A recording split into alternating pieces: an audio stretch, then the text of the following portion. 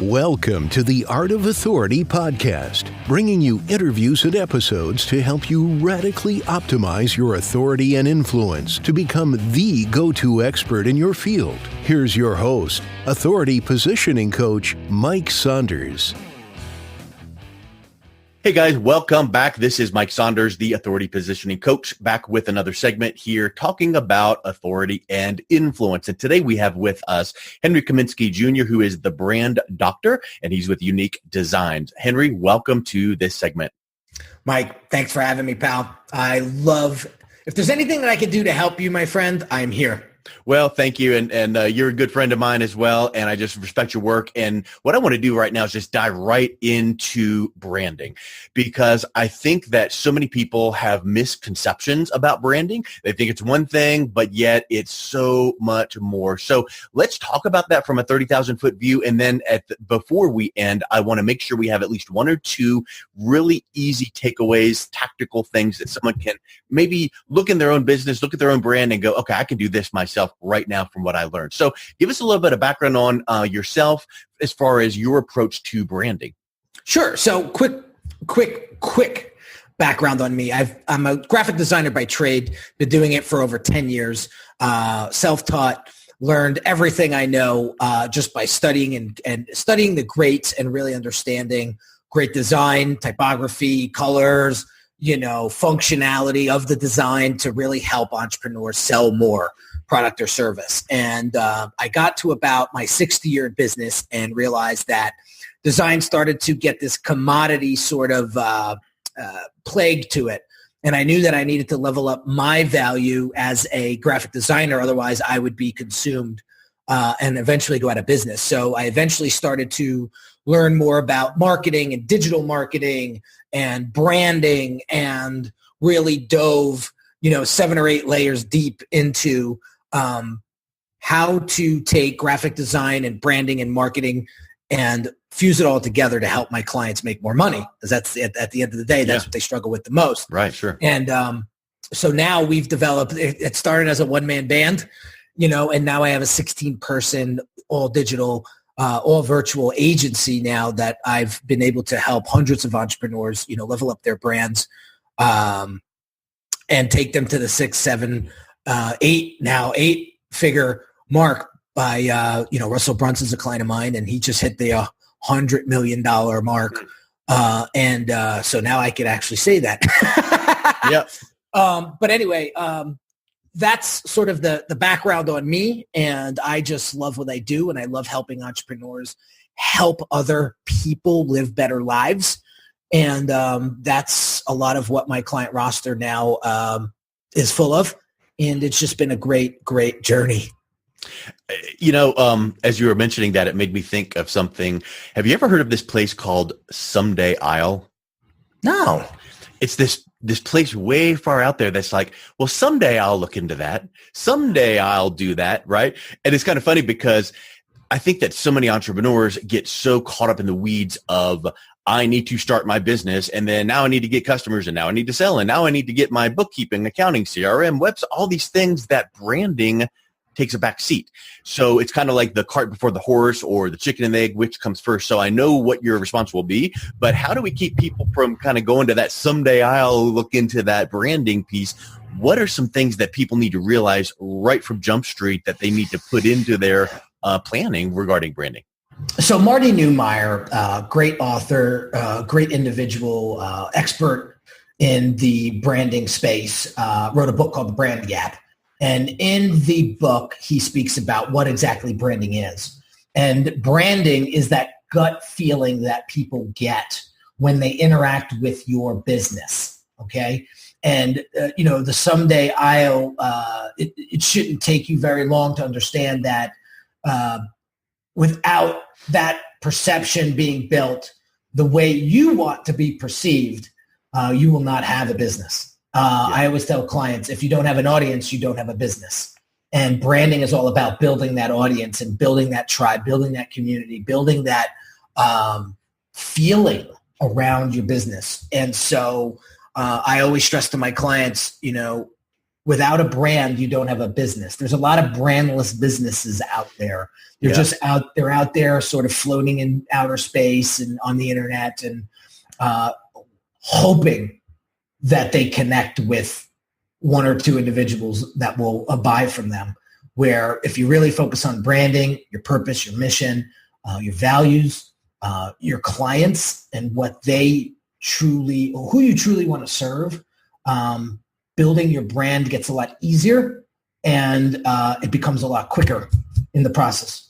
Yeah, it reminds me of, I think it was a book by Zig Ziglar or a quote, or you know how quotes get, you attribute it to one person and then it really was 9 people that said it. But the point is, hope is not a strategy. And you've got to have that plan. And I think here's the other thing that you mentioned. You have to know about your own brand, yourself, before you start working on building it, because you need to know what feeling, emotion, and vibe that you want to give to your audience before you start working on it. Otherwise, you're just running around in circles. So what's the first step that an entrepreneur needs to keep in mind when they start thinking about building the brand? Because you have to focus first what you want it to be, not what that other customer needs to view your brand as, because you need to know. And if you don't know first, then they're confused. Right. So one of the things, so I actually tell my clients, it's good to know who you are and what you want to do and all of that good stuff. But I've been hearing this a lot, and I'm sure you heard it 1,000 times by the greats, follow your passion, do what you're passionate about.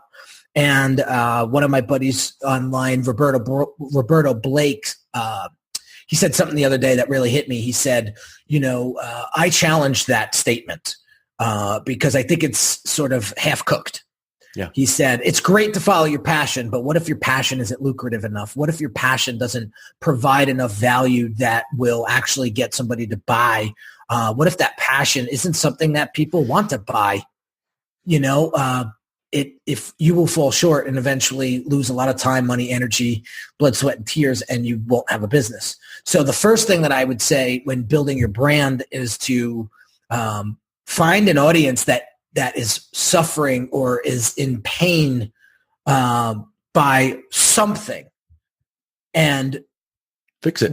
Whatever you're passionate about, make sure that fixes that. Yeah. Because I don't know about you, Mike, but when somebody's talking about a pain point that I'm struggling with and they possibly have a solution for me, they have my undivided attention. And unless you see that message and you go to their website and it looks like 1990s Craigslist. Well, yeah. Well, then now what happens is your credibility is being compromised, and the value that you provide is being compromised. And that trust factor goes down the tubes. Yeah. So, it's always important to keep your brand. I always look at brands as human, like living organisms, right? Think about yourself, right? Would you not shower for weeks on end and then go out in public? You imagine what you would smell like? Yep. Like, just think about that for a second. So if you're not keeping your brand up to date, if you're not keeping it healthy, if you're not, practicing, hygiene to help your brand live a healthy life, then it's the same comparison of walking into a mall, not showering for weeks. Interesting word picture. And so let's think about something. What are some of the maintenance hygiene issues that we should be keeping in the forefront of our mind? Let's say that we've clarified, competitive advantage, target audience, all of those things. And we now starting to paint that picture in our branding, our brand messaging is coming to life. What are some of the things that you can put on a tickler file or a quarterly review that you need to be making sure that you're just making sure those plates are spinning on the sticks or the ball is spinning, that you just kind of keep that momentum going?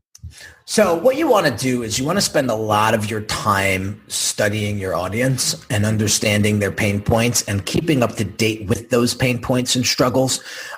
When you have a good pulse on your target audience's pain points, you're going to be able to speak to them a lot clearer, right? So when you put the right message in front of the right people, the right things happen.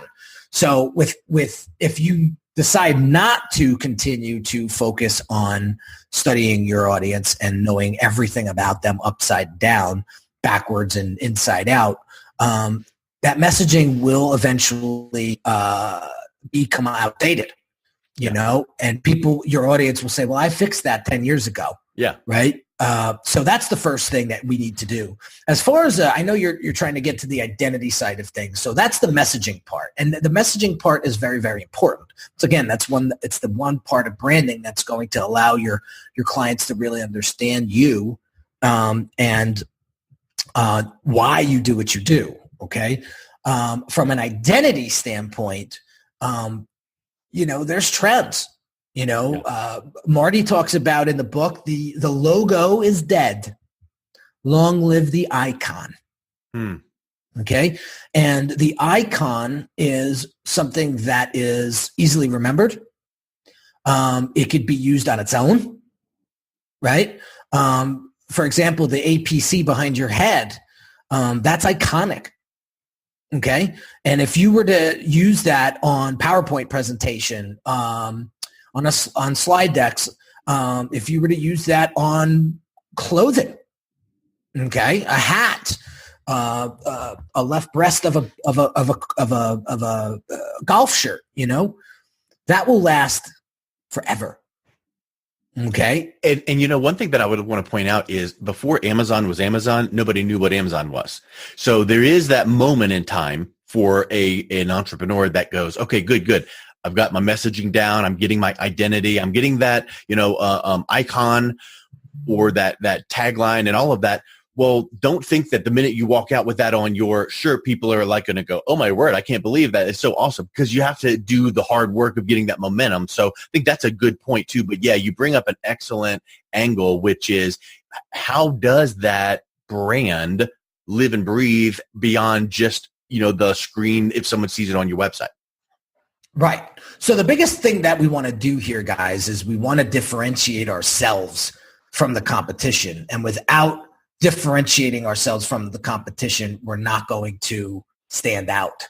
You know, when everybody's zigging, this is when we zag, right? And I always try to tell people that's the quickest way you can grab somebody's attention too, is to kind of flip a common phrase on its head, if you will, or something that's trending right now, and challenge it, right? Yeah, be contrarian. Yes. It's a great way of sort of getting people's attention and standing out. You know, a lot of people are like, you know, I just want to go with the jet stream. I want to go what's trending. Yes, I agree with Gary Vaynerchuk 1,000%. You should be marketing in the year that you are living. However, how you do that is going to determine how well you stand out. And that doesn't mean every word out of your mouth, every piece of content out of your business needs to be that contrarian view. It just needs to be, you know, spiced up with that here and there. So you can take, you know, the trend of the time, the quarter, the year, and be speaking to that. Wonderful. But then also just kind of intersperse it with a little bit of things like, you know what? Everybody's talking about this, but have you ever considered? And I think that then helps you to build that brand voice. And guess what? We have competitors. How can we stand out? And the whole point of the Authority and Influence Summit is the fact that you want your target audience seeing you as that trusted, credible advisor, trusted source, and that authority. Well, how else can they do that if you're just saying the same thing everybody else is saying? Right. And one of the things that I stress with my clients and I stress with my community is, if you want more clients, stop talking and start demonstrating. Yeah. Okay. You can talk until you're purple about how great someone is or how great you are. And again, this comes from Marty too. You can tell me until you're purple how great you are, and I'm not going to believe you. But if somebody else comes to me and says, did you hear Mike Saunders in that authority positioning program that he has? You know, you should check that out, because it's something that's game changing. Now I come to you, Mike, and I say, Mike, I heard that you got this game changing program, and I want to know more about it. Right? It's a whole different atmosphere.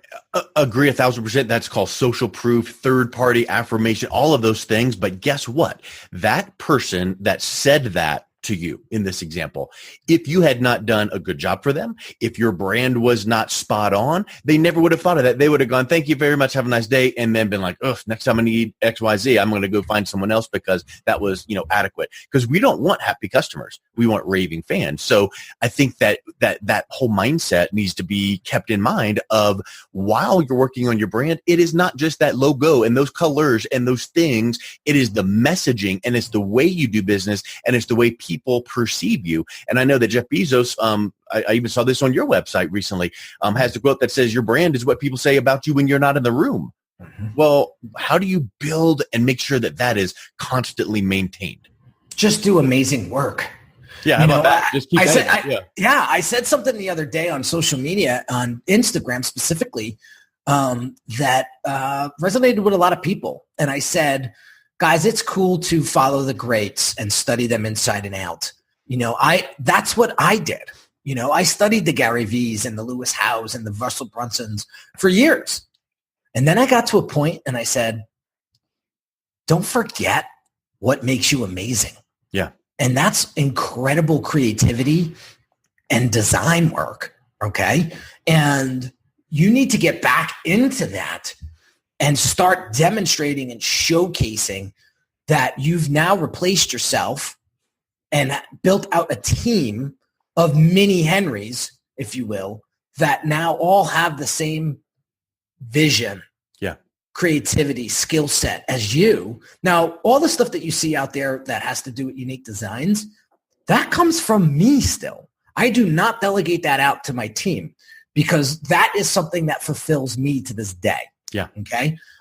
They handle a lot of the client work now, but I am the one still doing the Unique Designz work and the brand doctor branding because I get a genuine fulfillment out of it. Right. And so recently I've sort of gone back to the basics and really put my head down. And I said, if you really want to attract the greats to you, then be great yourself and demonstrate that greatness. And so I've gotten back into doing a lot of the design work for myself. And it's just, I get such a, warm and fuzzy when I'm doing it because it reminds me of how it all began. Yeah.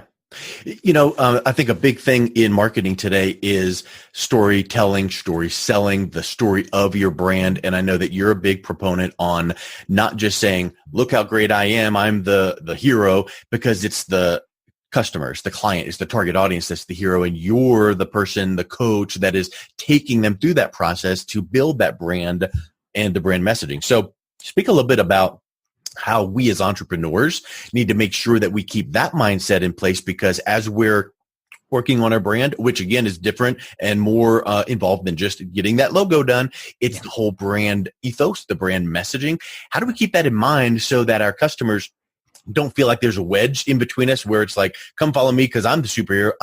You're the superhero. Let me just show you some tips that I've learned along the way. And then they feel like, okay, good. We're in this together. We're arm in arm. And then that really is an attractiveness to the brand. Yeah. Well, first and foremost, you are the hero, in the story. Whatever coach you decide to bring on to help guide you in the direction that you want to go, they need to be positioned as Yoda, and you are Luke Skywalker. And that's the first thing that I tell my clients. You don't want to, when you start to create your brand's messaging, you do not want to compete for the hero position. Yeah. You want to embrace them as the hero and let them get that fulfillment. Because when you position yourself as the guide, there's going to be a tremendous amount of fulfillment that comes with that. Okay. But let's talk about mindset for a second, because I have a particular client who just recently sort of got this aha moment. And when I work with clients, I take them through a very vigorous discovery phase. We don't touch design. We don't touch logo. We don't touch brand identity until we go through a very thorough diagnosis and diagnostic discovery. And one of the things when he first came to me was he had this prep course for doctors in Australia to help them pass this specific test. And when he first presented it to me, it sounded like a prep course. Take this prep course and score higher on your exam. Mm-hmm. Where that's very vanilla. It's very commodity. It's very sterile, right? Yeah. And as we started to dig in into his purpose, into his mission, into his identity, and as a person, as a physician himself, right? We unpacked this beautiful human being who's been a physician now for 15 years, who's been there, got the t-shirt, made the mistakes, came back, fell down again, came back, and has 15 years of experience of becoming a phenomenal physician that's helping hundreds of patients a year.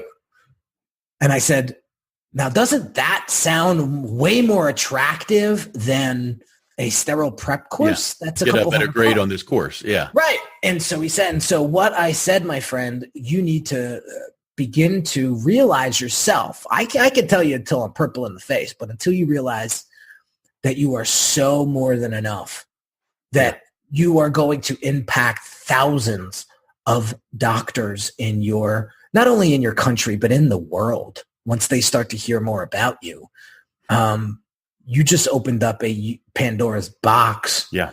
But you need to believe, because we all suffer from imposter syndrome here and there. We get one or two bad reviews online and we want to commit suicide and we want to close up shop, and, it's a blow to the ego.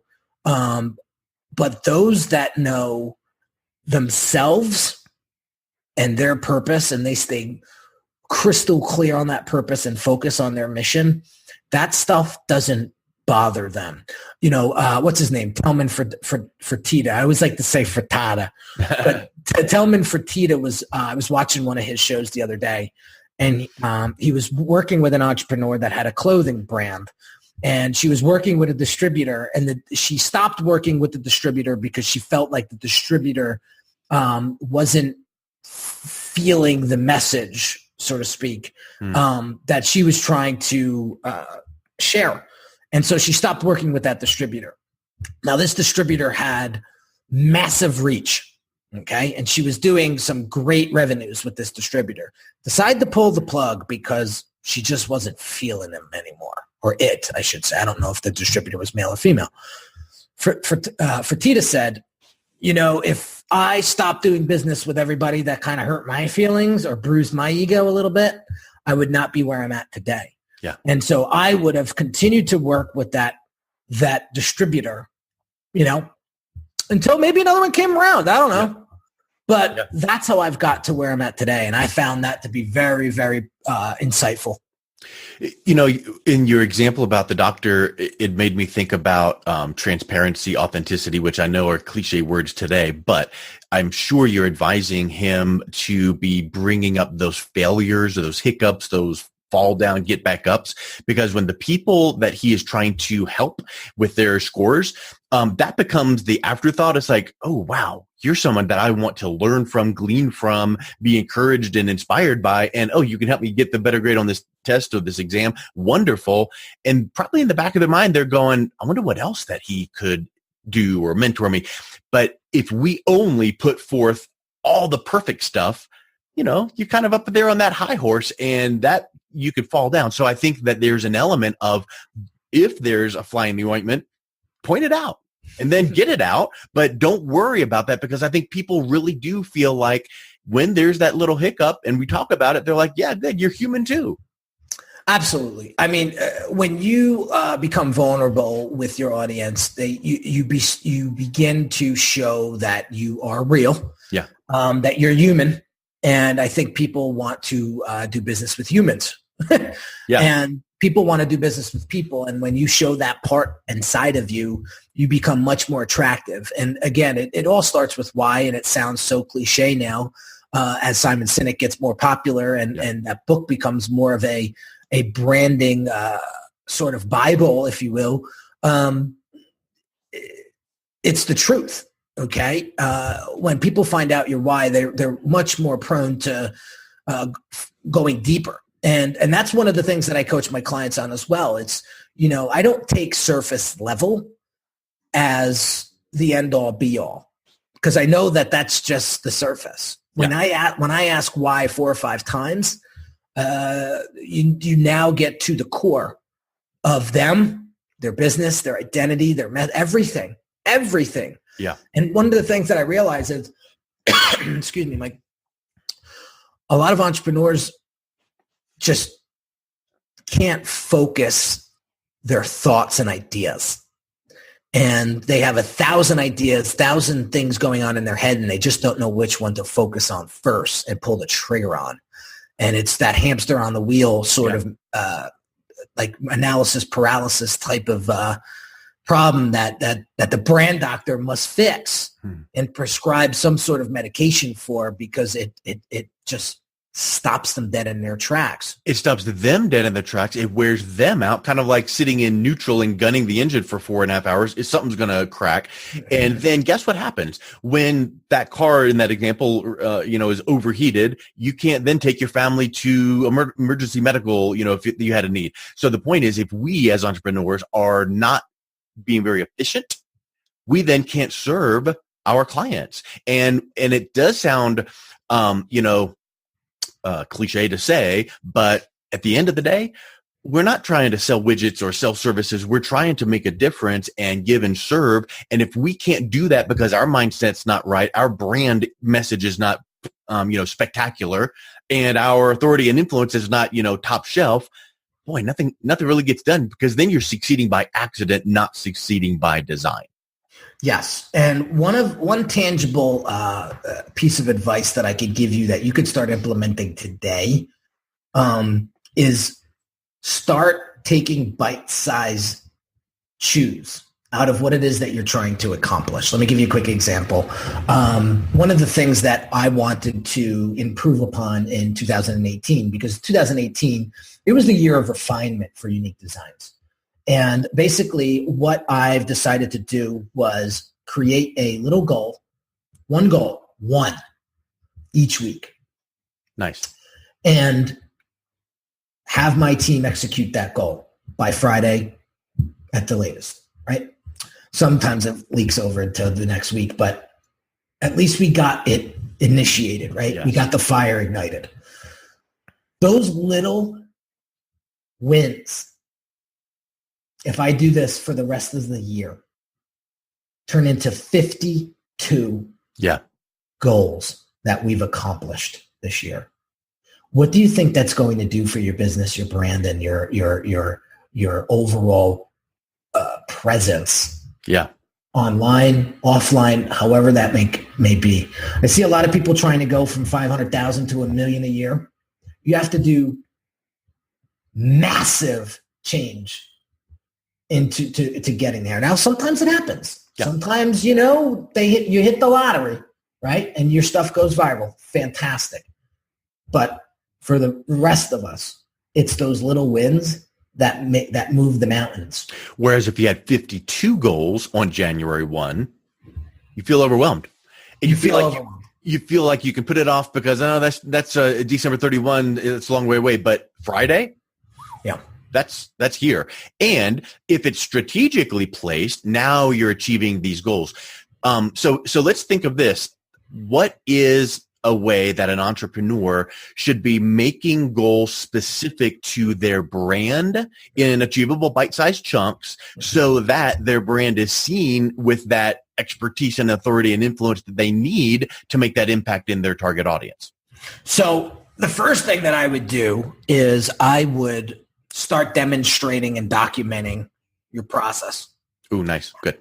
And how you help your clients. I record every strategy call that I have with my clients. I record every step of the process. Today, we just did a stylescape review and a sitemap review of one of my brands that I'm building in the fashion space. And it's recorded. It gets produced. It gets put on my YouTube channel. It gets sent out via email. And it shows what I'm actually doing. and how am I making an impact on my clients and helping them build their brands. And so if you hide that, if you focus on all the things that don't matter, you're killing yourself. I mean, you're really doing yourself a disservice, because your clients want to know how good you really are. And you again, you can say it until you're purple in the face, but when they see it, when the rubber meets the road. Yeah. Hey, have you ever had a client say to you, you know what, I just love how you do X, and you're like, really? I kind of just do that, and they're like, no, that's important. Well, what you just said with documenting your process and promoting your process and using that as a piece of content, there's someone else out there that might see something in your process that you just think is second nature. Like, I always do this, and I always provide that, and I talk to my clients this way. Someone else out there might pick up on that and go, that resonates with me, and you might not even be knowing it. So you said at the very beginning of this talk, research and know your audience. Well, know your clients, know what impacts them, know why they chose you. And then when this tip here to document your process, you're then getting that out there, spreading that net so that other potential clients can look at you and go, ooh, I like that. And someone else might like this. So I think that's a really big strategy. Yeah. And listen, people are very afraid. Like, there's that quote out there that absolutely drives me insane. And it says, never let your enemy know your next move, or your competition know your next move. I call complete BS to that. For the simple fact that, I get what they're saying. If we were at war, right, and it was live or die, yes, that is probably a strategy that must take place so that you don't die. But when it comes to business, people say all the time, like, are you breeding the competition? Yeah. By putting so much of what you do out there. And I said, no, because they will never be me. Yeah. I was just going to say, no one else could be you, because you's already taken. It's you. So they can try my process. They can mimic it. They can model it. That's fine. But it's always going to have a different feel, touch, and angle to it. And that is default. Like, that's just the way it is.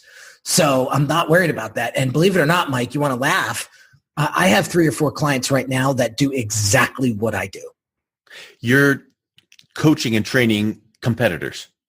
Absolutely. And I have a mentor who has a multi-million-dollar branding agency who I meet with once a month. He's mentoring you. And he's mentoring me. Yeah. Interesting. Because when you think about it, it's not like you have the patent on the only solution to some problem out there and there's people beating down your door. There's a lot of need out there and plenty to go around. And I would venture to say that if you look at the market, there's a lot of people up underneath that iceberg that need what you offer, and they don't even know it yet. So there's an even bigger market than what people realize, because once an entrepreneur realizes that, okay, I've launched, I need to scale, or I'm about to launch, I need this brand messaging piece to be in place. That's the people that aren't going out there looking for it. This is someone that's looking to take their business deeper. So I think I would venture to say that the market's even bigger than what a competitor may even realize. So that's a really wise and sage advice that you're even saying, I coach and train my competitors. And that shows the confidence you have in yourself. Yeah, absolutely. And one of the things that I said to myself the other day is, these folks are coming to me for a reason. They're coming to me because I am 15 or 16 chapters ahead of them. Yeah. And they want to learn from somebody who's walked as blazed that trail, if you will. And that was one of the things that my mentor said to me. If you really want to have $1 million branding agency, then go hang out with $1 million brand agency. Yeah. It sounds so cliche. I shouldn't say cliche, but it sounds so simple, right? Because success leaves clues. And if exactly. someone's blazed that trail, that you can see what they've done, and then you're doing it your way. And and the other thing, like Seth Godin says in his book, Tribes, we've got our own tribe. So it's not like you're going to knock off your mentor's client base and try to get them, or someone's going to, because your best clients aren't going to leave you for the people you're coaching. I think that's what people need to realize is you're developing and you have your own following and your own tribe. So really it's just how can you better serve them? It's a really powerful mindset. Absolutely. And it's crazy how much Chris has rubbed off on me in 5 simple calls or 4 simple calls. I mean, the way he, let me give you I want to continue to give you as much value as I possibly can by using example and story. So when I would get objections on sales calls, right, I would get angry. Mm-hmm. And I would attack, right? And that doesn't necessarily close sales. Yeah. Right. So when I explain this to Chris says to me, okay, well, let me share with you my approach. When I get an objection or I get something that isn't where I want the conversation to go, I get genuinely surprised. And instead of getting angry, get curious. I get curious. Yeah. And so he said, so I'll give you a quick example. So he had a client that wanted this video done. It was a big video game company. They came to him and they wanted this crazy video done, right? So they explained everything that he wanted. And then they said, but our budget's $30,000. And he said, wow. He said, what you just explained is like a $300,000 production. Yeah. And he said, I'm shocked. I'm just shocked because I wasn't expecting that. And he says, I'm pretty good with stretching the dollar and getting the best bang for your buck, but I can't take 300,000 and make it 30. Interesting. And he says, I want to help you, but I just don't know how. That approach has changed not only my life, but every sales call that I get on with a client. Well, because guess what that does? From the mindset of authority and influence, that positions you up higher in that prospect's mindset to go, they're doing $300,000 projects like this. Interesting. Wow. And it's not it's not combative. So that opens up the door for them to go, wow, well, I guess we could probably now, and it opens up a conversation. It keeps it personable. And I think that's just ingenious. And you know what he said 9 times out of 10? They changed their budget. Which that's a whole other story. Like, well, how come they were trying to, back and forth. But the point is his response was one of curiosity, one of intrigue, not see ya. And I think that keeps that line of communication open, and it's a kind way to interact with people. Yeah. You want to take the combative out of your messaging. You want to take the I win, you lose mentality out of communication with your prospects, your audience. They want to feel like you are part of them and you have them in your best interest. So one of the things that Chris taught me how to do was position myself as a fiduciary, a trusted advisor. Yeah. And when you position yourself that way, you you just become the subject matter expert. You become a friend. You become Yoda, and it's a lot more comforting. It's that doctor. He uses another example, and I use this a lot too, because I am the brand doctor. And I say, if I were to have you come into my office and I asked you just a couple of questions, 2, 3 at the most, told you, okay, go take 2 of these and call me in the morning. Would you feel like I was compassionate? Would you feel like I really cared about you? Especially if your friend that referred you said that they got the exact same advice and you're going, my situation is different. That's like malpractice. Right. Yep. And so I said, you know what, your identity looks like it's from 1998, and I just happen to own a boutique menswear shop, and if you're looking to level up your brand identity, why don't you come over to my shop and we'll help you pick out some a wardrobe or 5. Yeah. How would you feel? Right? Yeah. You would feel like I was a hustler, like I was hustling you into my store or hustling you into my. But if I sat there for a half an hour and asked you several questions, and then at the end said, okay, based upon what you've told me, I truly feel that this is what's going on, and the prescription that I would give you, and goes into a thorough, detailed description of how it is that what it is that we're going to do to help you get out of that. Then how would you feel? And listened to, cared about, empathized with. Yeah, that's it. Yeah. And so the doctor, when the doctor takes that approach, it just opens up Pandora's box. And now you become, it's, believe it or not, I sometimes I consider myself a business therapist, because when it comes down to really identifying your purpose, we're all human. We all have limiting beliefs. We all have doubt. And sometimes we got to crack through that in order to get to the next level.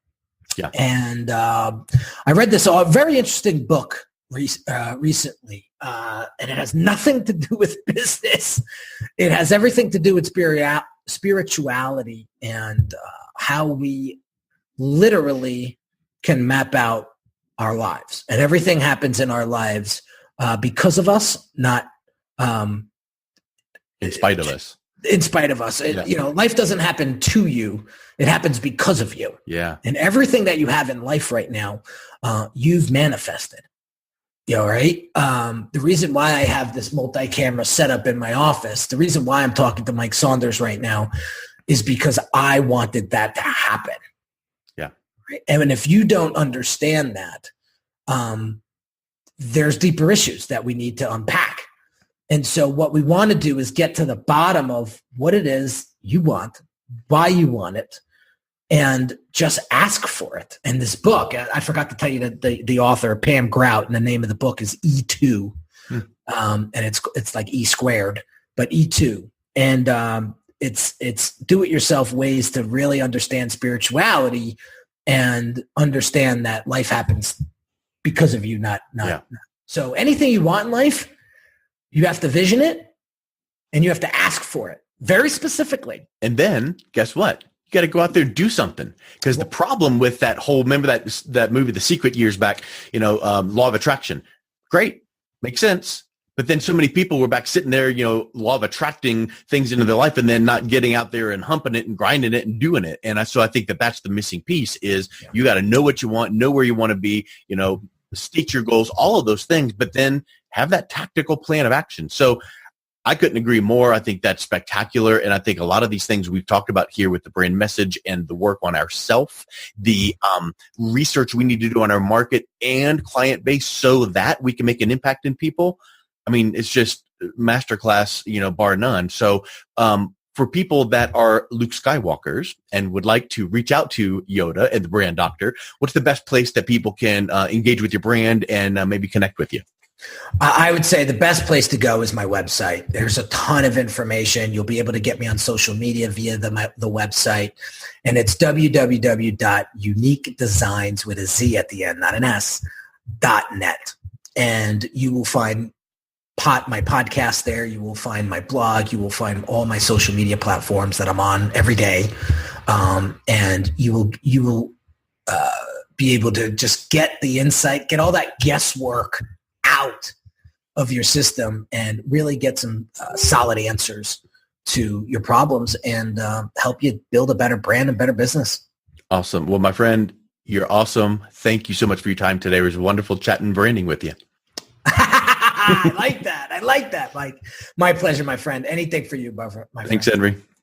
You've been listening to the Art of Authority podcast. Are you interested in building your authority positioning as the #1 strategy to grow your business, brand, and influence? Book your authority audit today. This 7-point audit of your current authority position will uncover opportunities and show you how to be seen as a leading expert and authority your industry looks to for advice. Visit www.authoritypositioningcoach.com.